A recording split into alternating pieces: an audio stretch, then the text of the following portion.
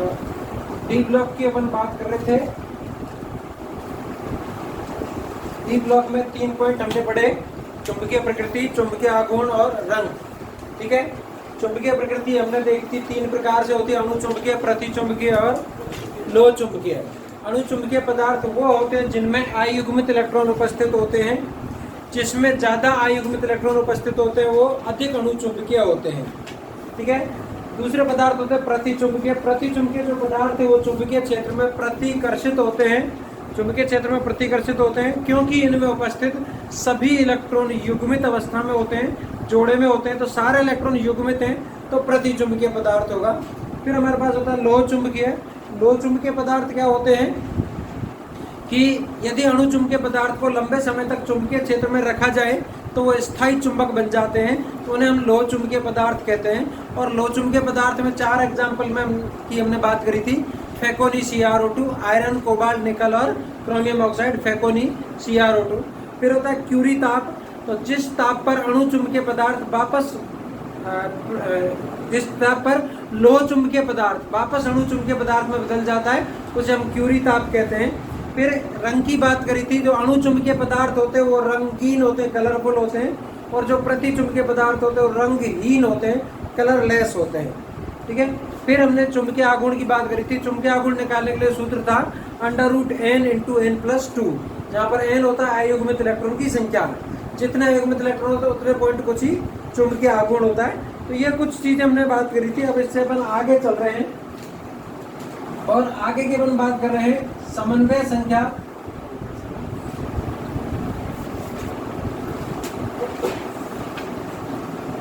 या उपसहसंयोजन संख्या,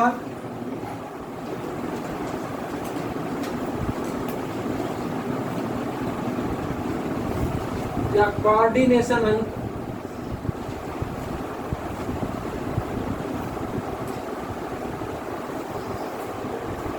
समन्वय संख्या, उपसहसंयोजन संख्या या कोऑर्डिनेशन अंक।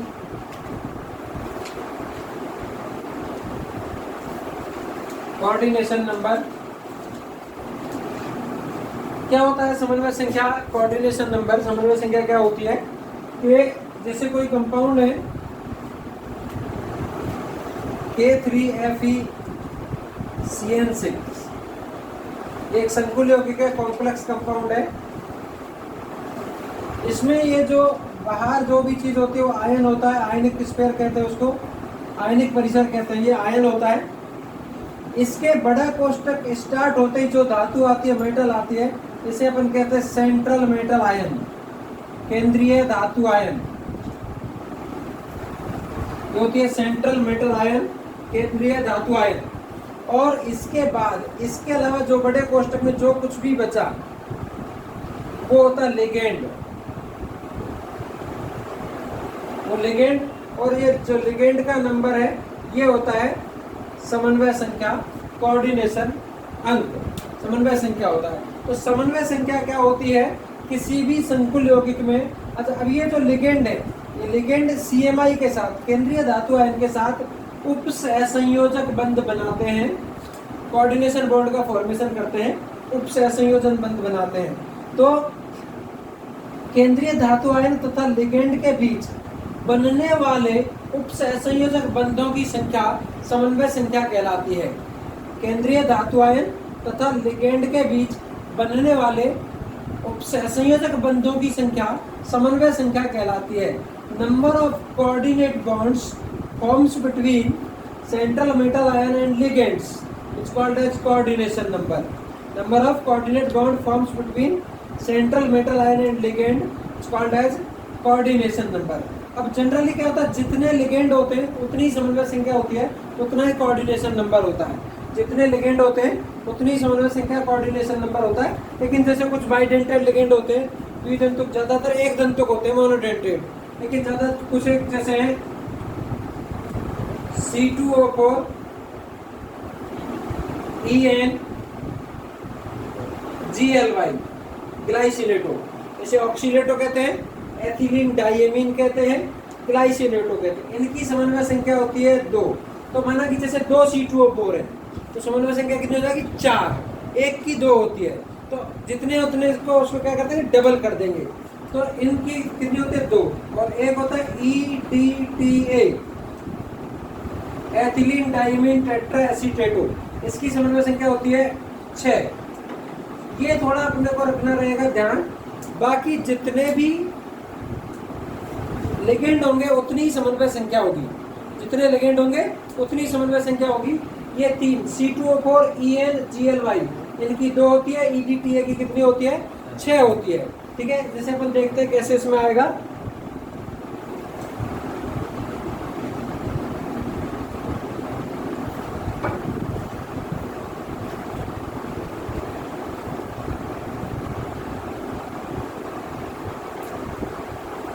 यौगिक और समन्वय संख्या,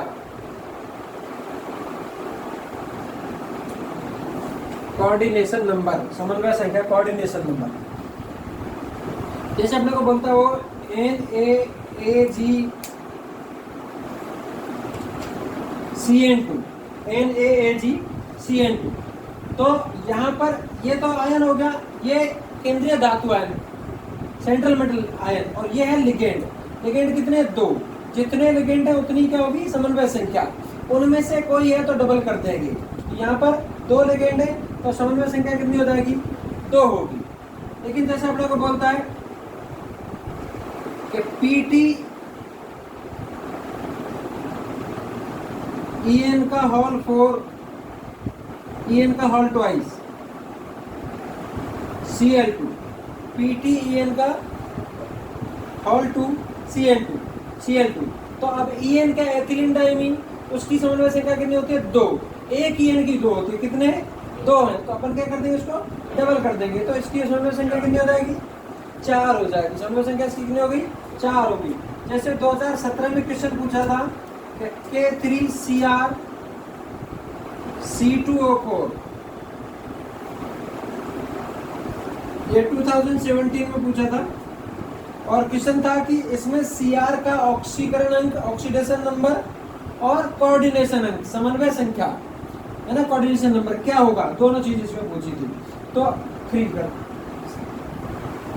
K3Cr C2O4 का होल थ्राइस, इसमें कोऑर्डिनेशन नंबर अपने को बताना है, समन्वय संख्या। तो C2O4 का कितना होता है? 2 होता है। अब C2O4 कितने? 3। तो 3 का कितना हो जाएगा? यहाँ पर 6 हो जाएगा। तो इसका कोऑर्डिनेशन नंबर, समन्वय संख्या कितनी हो गई? 6 हो गई। जैसे Zn NH3 का होल 4 SO4, बाहर वालों से कोई मतलब नहीं होता समन्वय संख्या में। कोऑर्डिनेशन नंबर, समन्वय संख्या हम देखते हैं केवल अंदर वाले जो लिगेंड होते हैं उसी की देखते हैं। तो अब उनमें से कोई है नहीं, NH3 है, तो जितने हैं उतनी समन्वय संख्या होती है। NH3 कितने? 4। तो कोऑर्डिनेशन नंबर किसका कितना हो जाएगा? इसका 4 हो जाएगा। समन्वय संख्या कितनी होगी इसकी? 4 समन्वय संख्या होगी, कोऑर्डिनेशन नंबर 4 होगा। जैसे और मैं जैसे बात करूं, वो अपने को बोले कि NiCO5, इसका कोऑर्डिनेशन नंबर कितना हो जाएगा? 5 हो जाएगा। जितनी संख्या उतना ही कोऑर्डिनेशन नंबर होगा, समन्वय संख्या होगी 5 होगा। जैसे अपने को बोलता है वो कि अपन ने जैसे एक एग्जांपल लिखा था K3FeCN6, इसमें कितने CN है? 6। तो जितनी संख्या उतना ही क्या होगा? उसका कोऑर्डिनेशन नंबर, समन्वय संख्या होगी। ठीक है, जैसे अपने को वो बोले कि PT EN का होल ट्वाइस NO2Cl SO4। तो इसके अलावा बाकी सारे लिगेंड होते हैं। तो EN का 2 होता है, तो 2 EN का 4, एक NO2 का और एक Cl का। बाकी सारे चाहे अलग अलग हो चाहे सेम हो, सबको गिना जाता है, सबको देखते हैं। तो 4 तो EN का हो गया, एक EN का 2 होता है, तो 2 का 4, एक NO2 का, एक Cl का, 4 और 2 6। तो कोऑर्डिनेशन नंबर कितना हो गया? 6। इस तरीके से हम समन्वय संख्या, कोऑर्डिनेशन नंबर पता कर सकते हैं। तो जितने लिगेंड होते हैं वही समन्वय संख्या होती है, जितनी इनकी संख्या वही समन्वय संख्या होती है। बस इसमें यह ध्यान रखना, ये 3 है C2O4 ENGLY, इनका डबल लेना है, और EDTA का कितना लेना है? 6 लेना है। जैसे EDTA वाला अपन एग्जांपल की बात करें,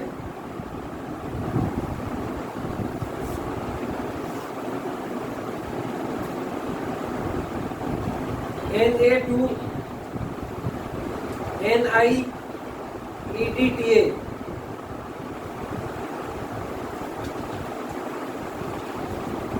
Na2NiEDTA।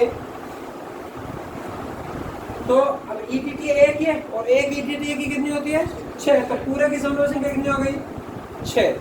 इस तरीके से अपन इसमें समन्वय संख्या देख सकते हैं।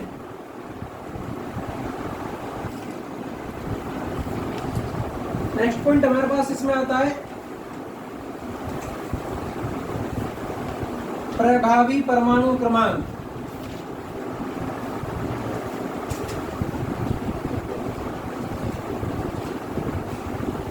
EAN, effective atomic number.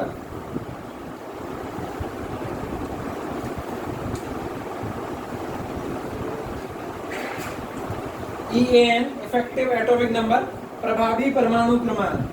प्रभावी परमाणु क्रमांक कैसे निकालेंगे हम, जैसे EAN बराबर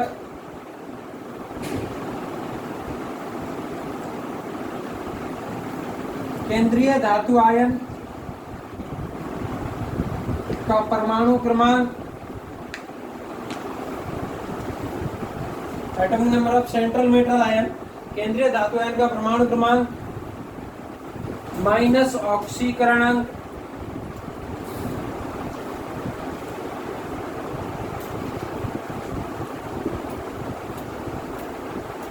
प्लस 2 इंटू समन्वय संख्या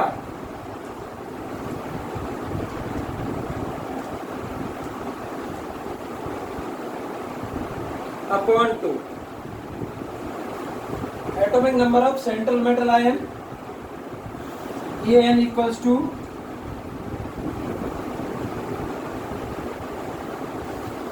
atomic number of CMI central metal ion minus oxidation number plus 2 into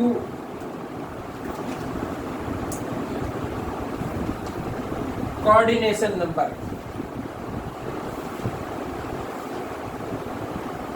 upon 2। ये फॉर्मूला है अपने पास प्रभावी परमाणु क्रमांक ज्ञात करने के लिए। इफेक्टिव नंबर कैलकुलेट करेंगे तो केंद्रीय धातु आयन, केंद्रीय धातु आयन कौन सा होता है, जो बड़ा कोष्टक स्टार्ट होते मेटल आ रही है धातु आ रहा है, वो सेंट्रल मेटल आयन होता है। तो केंद्रीय धातु आयन का परमाणु क्रमांक माइनस ऑक्सीकरण प्लस 2 इंटू समन्वय संख्या कोऑर्डिनेशन नंबर। ये फॉर्मूला रख के अपन सोल्व करते हैं, उस हिसाब के उससे अपन निकालेंगे कि कैसे अपन इसको निकाल पाएंगे।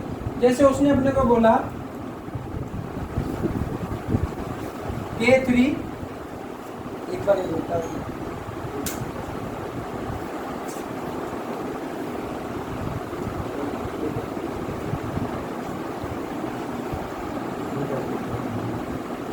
देखिए, जैसे K3Fe CN6 का प्रभावी परमाणु क्रमांक अपने को पता करना है, इफेक्टिव एटॉमिक नंबर। तो EAN Fe का परमाणु क्रमांक, ये सेंट्रल मेटल आयन है, केंद्रीय धातु आयन, इसका परमाणु क्रमांक हुआ 26 माइनस ऑक्सीकरण oxidation number. Oxidation number CMI का ही होता है, केंद्रीय धातु आयन का। ऑक्सीकरण निकालना अपने को आता है, x मान के निकालते हैं। Fe का ऑक्सीडेशन नंबर हो गया x, K का +1 होता है, 3 K है, प्लस 3 CN का -1 होता है, तो 6 CN -6 बराबर इसके ऊपर जो चार्ज होता है उसके बराबर कर देते हैं, कुछ नहीं है मतलब 0। 6 में से 3 गए तो 3 बचे माइनस के, x बराबर प्लस के 3। तो इसका ऑक्सीडेशन नंबर आया Fe का +3। वो क्या करेंगे हम, माइनस करेंगे प्लस 2 इंटू समन्वय संख्या कितनी है 6, जितनी संख्या उतनी समन्वय संख्या रहेगी। 2 इंटू समन्वय संख्या अपने पास कितनी हो गई 6 हो गई। अब इसको अपन जैसे देखें तो कितना आ गया यहाँ पर, 26 में से 3 गए, कितने हो गए 23 प्लस 6 दूनी 12, कितने हो गए 35। तो इसका coordination number sorry effective atomic number 35 हो गया। ठीक है, जैसे अपन बात कर रहे थे उसकी K3Cr C2O4 का होल थ्राइस, इसमें अपने को निकालना है प्रभावी परमाणु क्रमांक। तो Cr का परमाणु क्रमांक कितना होता है 24 माइनस ऑक्सीडेशन नंबर निकालें, Cr का हो गया x, K का +3, C2O4 का -2 होता है, C2O4 का -2 तो 3 C2O4 का -6 बराबर 0, x -3 बराबर 0, x बराबर +3। तो यहाँ पर Cr का भी ऑक्सीडेशन नंबर +3 आया, तो -3 +2 इंटू कोऑर्डिनेशन नंबर। अब C2O4 का क्या लेते हैं डबल, 3 है तो 3 का क्या हो जाएगा 6, तो कितना हो गया ये 21 + 12 = 33।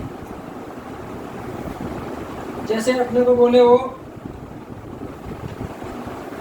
Zn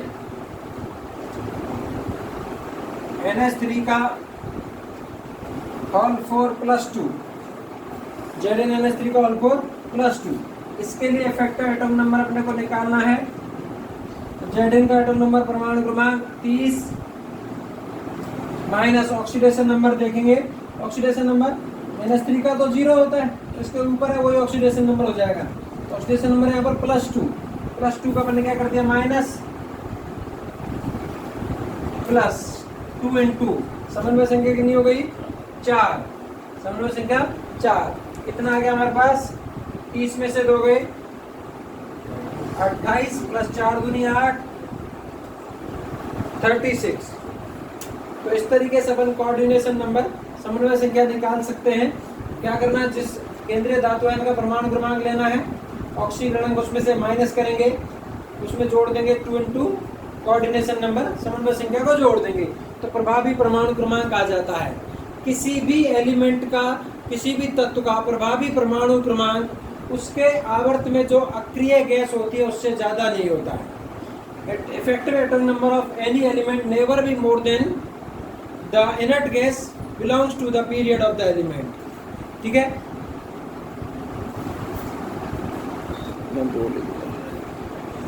इसमें जो फॉर्मूले में अपन ने अपॉन 2 किया है वो अपॉन 2 इस फॉर्मूले में नहीं आएगा। इसका जो फॉर्मूला रहेगा वो केवल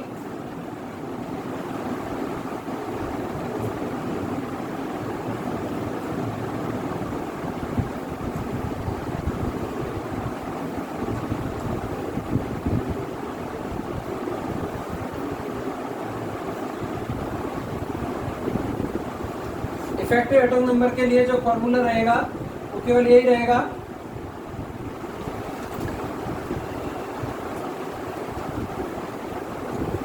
केंद्रीय धातु आयन का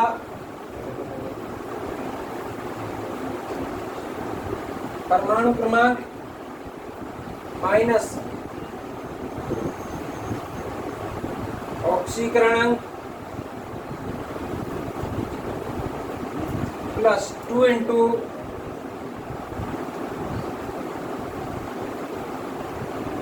समन्वय संख्या, अपॉन 2 नहीं आएगा फॉर्मूले में, अपॉन 2 नहीं आएगा। Effective atomic number will be atomic number of central metal ion minus oxidation number +2 into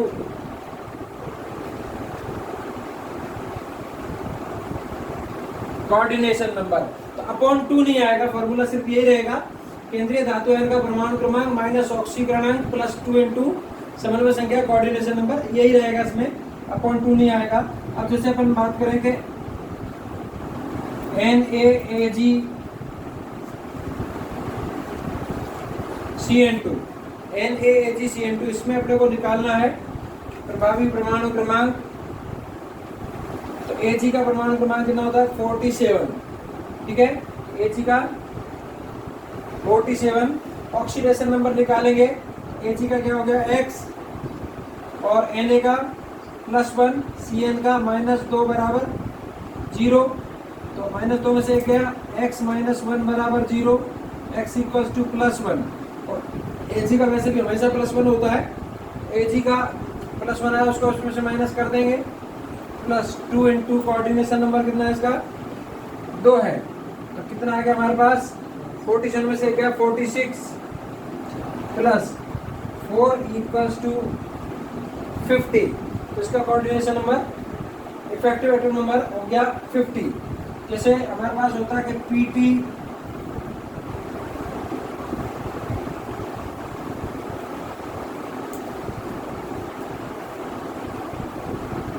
PtCl6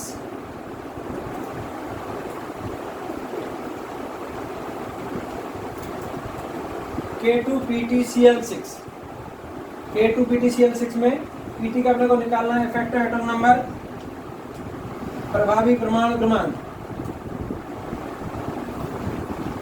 तो इसमें से हमारे पास क्या रहेगा? Pt का एटॉमिक नंबर कितना है?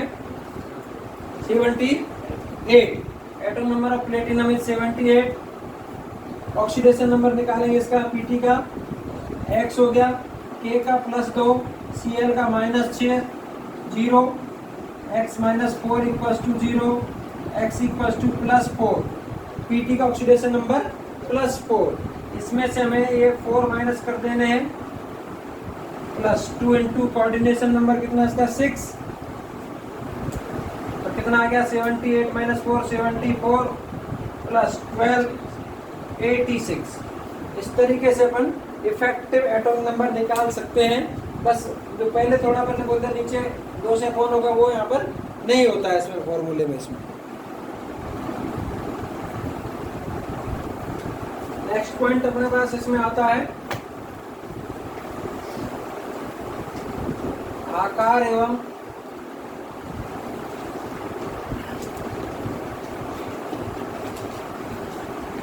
आयनन एंथैल्पी। आयनन एंथैल्पी को अपन आई से लिख देते हैं, size and ionization enthalpy.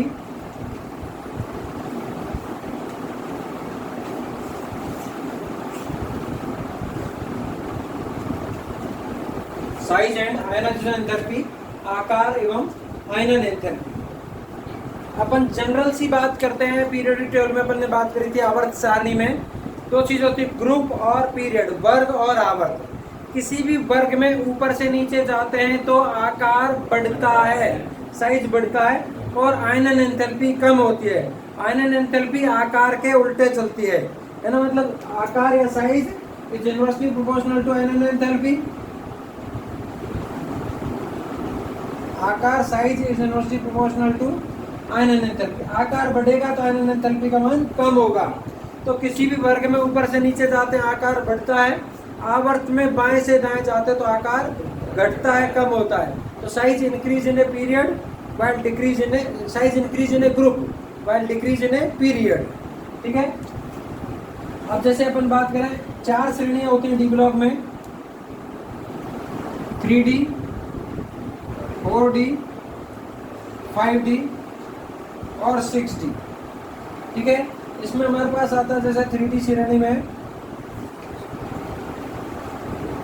Scandium, titanium, vanadium, chromium, manganese, iron, cobalt, निकल, कॉपर, जिंक।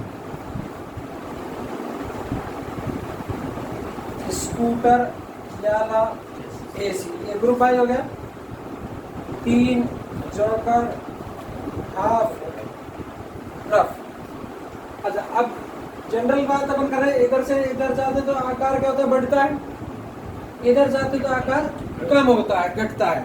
लेकिन अब डी ब्लॉक में क्या होता है? कुछ थोड़े बहुत परिवर्तन होते हैं।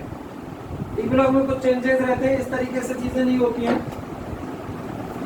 यहाँ पर जब ऊपर से नीचे जा रहे हैं अपन तो 3D से 4D में जा रहे हैं तो साइज आकार बढ़ता है, मतलब स्कैंडियम से एटमियम तक। हालांकि इसमें तो पूरा बढ़ता जाता है, वो चेंज होते हैं इस सेकंड वाले से होते हैं, 3 जोकर हाफ रफ से। इसमें तो लगातार आकार बढ़ता ही जाता है यहाँ तक। तो बट श्रेणी के साथ 3D श्रेणी से 4D श्रेणी में आकार बढ़ता है। 4D से 5D में जा रहे हैं तो साइज इक्वल रहता है, बराबर रहता है, बढ़ता नहीं है, बराबर हो जाता है। उसका कारण है लेंथेनॉइड संकुचन के कारण।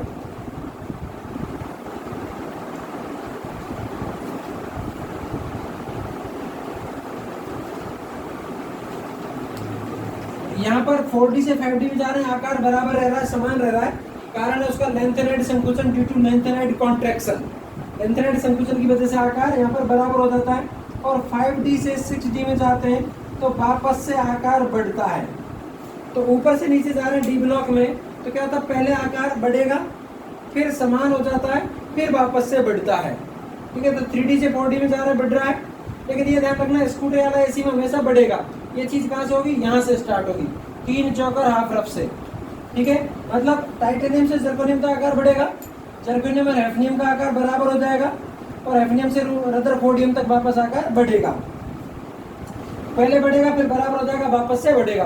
बराबर होने का कारण क्या है, लेंथेनॉइड संकुचन। ठीक है, अब इधर जा रहे हैं, आकार घटता है।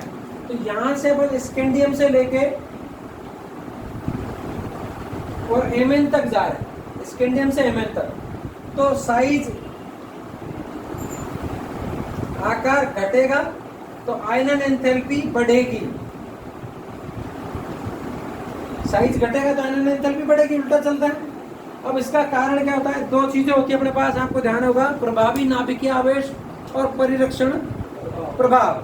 ठीक है, effective atomic number and shielding effect. अब प्रभावी नाभिकीय आवेश, इफेक्टिव एटॉमिक नंबर क्या है, अट्रैक्शन फोर्स ऑफ न्यूक्लियस, नाभिक का आकर्षण बल है।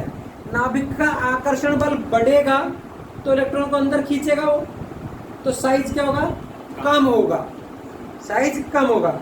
और शील्डिंग इफेक्ट, परिरक्षण प्रभाव बढ़ेगा तो साइज आकार बढ़ता है। तो यहाँ से स्कैंडियम से एमएन तक हम जाते हैं तो क्या होता है, प्रभावी नाभिकीय आवेश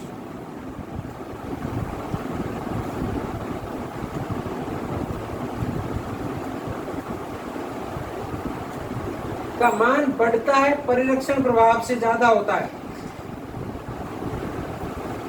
effective atomic number, effective nuclear charge ज्यादा होता है शील्डिंग इफेक्ट से। इस वजह से आकार क्या हो जाता है, कम होता जाता है। परिरक्षण प्रभाव प्रभावी नाभिकीय आवेश का मान बढ़ेगा तो आकार घटेगा। यहाँ से यहाँ तक हम जाते हैं, एनआई तक, तो यहाँ तक जाते हैं तो साइज इक्वल हो जाता है। साइज इक्वल है तो आईई, आयनन एंथैल्पी भी क्या हो जाएगी, इक्वल, मतलब समान रहते हैं। Fe से Ni तक जा रहे हैं तो आकार और आयनन एंथैल्पी का मान बराबर रहता है। कारण क्या होता है यहाँ पर, क्योंकि प्रभावी नाभिकीय आवेश का मान परिरक्षण प्रभाव के बराबर हो जाता है। प्रभावी नाभिकीय आवेश का मान परिरक्षण प्रभाव के बराबर हो जाता है, इसलिए इनका आकार क्या हो जाता है, बराबर। और वापस यहाँ से यहाँ तक जब हम जा रहे हैं तो साइज बढ़ेगा तो आयनन एंथैल्पी का मान घटेगा। उसका कारण क्या जाता है कि प्रभावी नाभिकीय आवेश का मान कम हो जाता है परिरक्षण प्रभाव से। तो आप देख रहे हैं ऊपर से नीचे जा रहे हैं, आकार बढ़ रहा है, आवर्त में बाएं से दाएं जा रहे हैं, आकार घटता है। लेकिन यहाँ पर क्या होता है, थोड़े चेंजेस आते हैं। ऊपर से नीचे जा रहे हैं, 3D से 4D में आकार बढ़ेगा, 4D से 5D में समान हो जाएगा लेंथेनॉइड कॉन्ट्रैक्शन के कारण, और 5D से 6D में वापस आकार बढ़ेगा। इधर जा रहे हैं हम तो स्कैंडियम से Mn तक आकार घटता है। आकार घटता है तो आयनन एंथैल्पी का मान बढ़ता है, क्योंकि प्रभावी नाभिक है उसका मान ज्यादा होता है परिरक्षण प्रभाव से। फिर Fe से Ni तक जा रहे हैं, आकार और आयनन एंथैल्पी दोनों का मान समान हो जाता है, क्योंकि परिरक्षण प्रभाव प्रभावी नाभिक आवेश के बराबर हो जाता है। और वापस कॉपर से जिंक तक जा रहे हैं, आकार बढ़ता है, आयनन एंथैल्पी का मान कम हो जाता है। तो उसका कारण क्या होता है कि प्रभावी नाभिक आवेश का मान कम हो जाता है, किससे, परिरक्षण प्रभाव से। अब इस हिसाब से ऐसा लग रहा है कि भाई जिंक की आयनन एंथैल्पी क्या होगी, सबसे कम, लेकिन ऐसा नहीं होता। पूरे डी ब्लॉक में जिंक की आयनन एंथैल्पी सबसे अधिक होती है। ठीक है, डी ब्लॉक में सर्वाधिक आयनन एंथैल्पी किसकी है, जिंक की। Highest ionisation enthalpy in D block, D block में सबसे अधिक आयनन एंथैल्पी जिंक की होती है। किस कारण से? क्योंकि इसका पूर्ण पूरित विन्यास होता है 3d10 4s2 full field stable configuration होता है, पूर्ण पूरित स्थायी विन्यास होता है। इस वजह से जिंक की आयनन एंथैल्पी सबसे अधिक होती है। जिंक हैज हाईएस्ट आयनन enthalpy in D block. Reason fulfilled stable configuration, पूर्ण पूरित स्थायी विन्यास के कारण जिंक के आयनन एंथैल्पी का मान सबसे अधिक होता है। तो इसमें क्वेश्चन यदि बनता है तो इम्पोर्टेंट क्वेश्चन यही बनेगा कि डी ब्लॉक में सबसे अधिक आयनन एंथैल्पी किसकी है, तो वो जिंक की है। ठीक है, ये चीज इसमें प्रकाश होती है।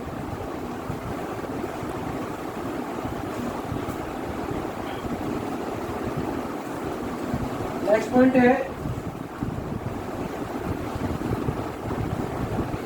धात्विक बंध की सामर्थ्य।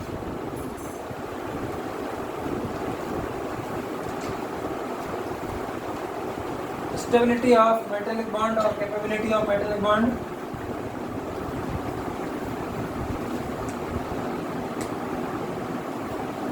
और strength of metallic bond. It is directly proportional to अयुग्मित इलेक्ट्रॉन की संख्या।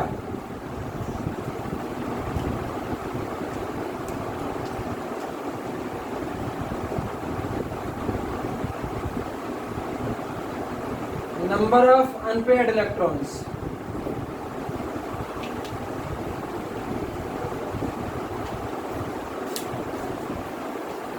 धात्विक बंध की सामर्थ्य किस पर निर्भर करेगी? अयुग्मित इलेक्ट्रॉन की संख्या पर। जिसमें अयुग्मित इलेक्ट्रॉन संख्या ज्यादा होगी, अयुग्मित इलेक्ट्रॉन की संख्या, उसमें प्रबल धात्विक बंध होगा। नंबर ऑफ अनपेयर्ड ज्यादा होंगे electron, number of unpaired electron ज्यादा होंगे तो बॉन्ड ज्यादा स्टेबल होगा, मेटल बॉन्ड की स्टेबिलिटी ज्यादा होगी। तो अनपेयर्ड इलेक्ट्रॉन के ऊपर डिपेंड करती है इसमें। जैसे क्वेश्चन की बात करें कि प्रबल धात्विक बंध अपने से पूछे कि किस में होगा,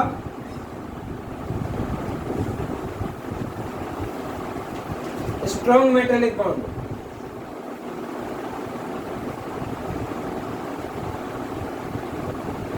और ऑप्शन अपने को दे क्रोमियम, मैग्नीज, कोबाल्ट और जिंक। तो जिसमें ज्यादा अनपेयर्ड इलेक्ट्रॉन होंगे उसमें अपने पास प्रबल धात्विक बंध होगा। अब क्रोमियम का एटॉमिक नंबर कितना होता है? 24। इसको अपन कैसे लिखते हैं? 3d5 4s1। 3d5 4s1। D में कितने कक्षक होते हैं अपने पास? 5। एस में कितना होता है? 1। तो 5 इलेक्ट्रॉन है, 5 ही कक्षक हैं। अनपेयर्ड इलेक्ट्रॉन का मतलब होता है सिंगल इलेक्ट्रॉन। तो सिंगल कितने हो गए इसमें? 5 स्क्वायर है किसके? तो टोटल अनपेयर्ड इलेक्ट्रॉन कितने हो गए? 6। फिर हमारे पास एमएन का 25।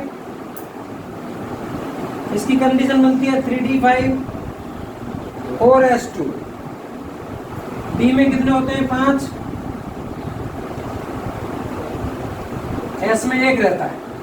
डी में 5 है, 5 के 5 एक भरेंगे पहले, इसमें 2 हैं, दोनों आ जाएंगे। तो ये तो पेयर में हो गए, जोड़े में हो गए। तो सिंगल कितने हुए इसमें?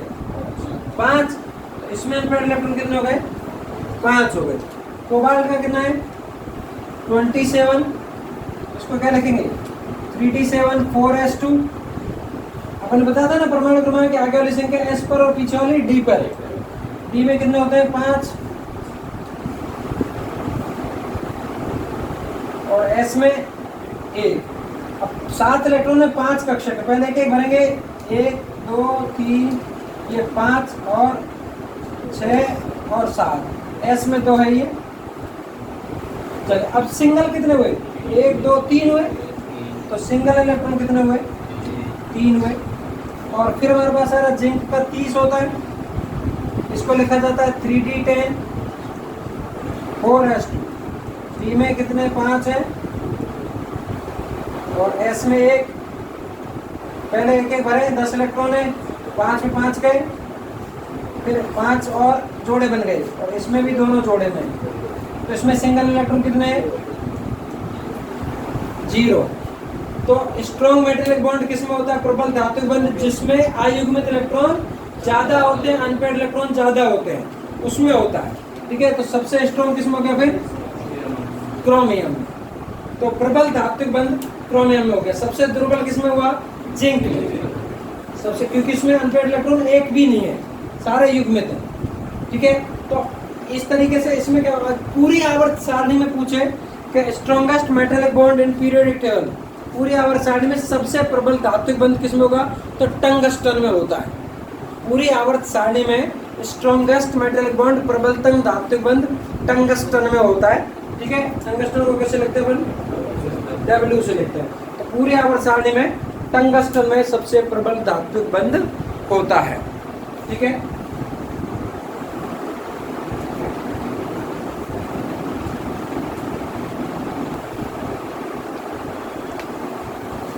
नेक्स्ट आता है हमारे पास गलनांक, मेल्टिंग पॉइंट। तो गलनांक क्या होगा? प्रबल धात्विक बंध का गलनांक ज्यादा होता है। तो गलनांक समानुपाती हो जाएगा धात्विक बंध की सामर्थ्य।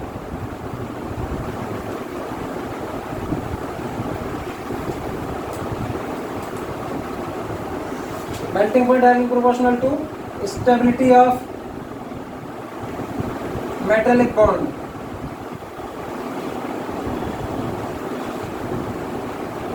तो जिसमें प्रबल धात्विक बंध होगा उसका गलनांक ज्यादा होगा, अधिक होगा। प्रबल धात्विक बंध का गलनांक ज्यादा होता है। Strong metallic bond have high melting point. तो अब जैसे 3D श्रेणी में, इन 3D सीरीज और पीरियोडिक टेबल में, आवर्त सारणी में,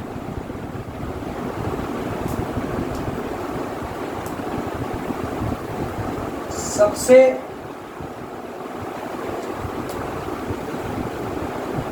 अधिक गलनांक और सबसे कम गलनांक, highest melting point and lowest melting point. तो 3D श्रेणी में सबसे ज्यादा आ रहा था किसका? क्रोमियम का। तो क्रोमियम का गलनांक सबसे ज्यादा होता है और सबसे कम किसका आ रहा था? जिंक का। तो 3D श्रेणी में जिंक का गलनांक सबसे कम होता है। पूरी आवर्त सारणी में किसका आ रहा था? टंगस्टन का। और सबसे कम आएगा किसका? पारा, मरकरी का। ये पहले पेपर में बताया हुआ है। तो 3D श्रेणी में सबसे ज्यादा गलनांक क्रोमियम का, सबसे कम जिंक का। धात्विक बंध की सामर्थ्य सबसे ज्यादा क्रोमियम की, सबसे कम जिंक की। आवर्त सारणी में सबसे अधिक टंगस्टन का और सबसे कम मरकरी, पारे का रहेगा। ठीक है, इस तरीके से अपन इस चीजों को, मेल्टिंग पॉइंट को यहाँ पर देख सकते हैं।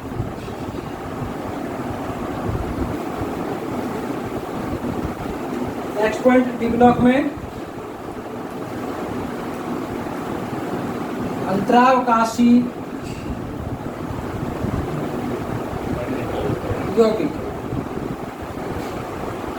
Interstitial compounds. अंतरावकाशी यौगिक, इंटरस्टिशियल कंपाउंड्स। देखिए ये क्या होते हैं? कोई भी जो धातु क्रिस्टल है, मेटलिक क्रिस्टल है, उसमें जो धातु आयन, मेटल आयन या मेटल एटम्स इस तरीके से एक दूसरे से टच किए हुए अरेंज रहते हैं।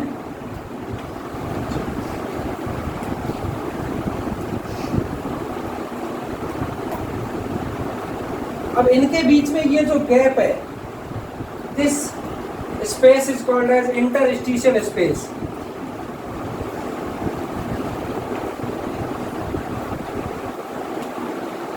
अंतरावकाशी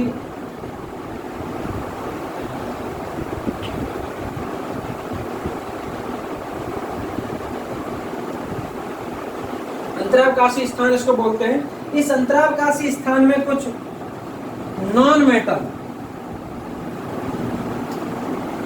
है धातु, like boron, carbon, nitrogen, oxygen, hydrogen. ये नॉन मेटल अधातु स्थान ग्रहण कर लेते हैं। ये जो खाली जगह है ये धातु आयन है, ये खाली जगह है, इस खाली जगह में कुछ अधातु आयन आ जाते हैं, नॉन मेटल आयन आ जाते हैं, या एटम एलिमेंट आ जाते हैं। तो अधातु परमाणु स्थान ग्रहण कर लेते हैं, उससे जो यौगिक बना उसी को क्या कहते हैं, अंतरावकाशीय यौगिक। तो क्या अंतरावकाशीय यौगिक की क्या परिभाषा होगी, जब किसी धात्विक क्रिस्टल में, इस पूरे को धात्विक क्रिस्टल कहते हैं, जब किसी धात्विक क्रिस्टल के अंतरावकाश में कुछ अधातु परमाणु स्थान ग्रहण कर लेते हैं तो प्राप्त यौगिक अंतरावकाशीय यौगिक कहलाते हैं। ठीक है, when some non metal atoms occupy site in the interstitial space of a metallic crystal is called as interstitial compounds। ये अपने पास होते हैं। इस तरीके से डी ब्लॉक कंप्लीट होता है। अब अपन नेक्स्ट चैप्टर की बात करेंगे और वो है धातु कर्म, मेटलर्जी।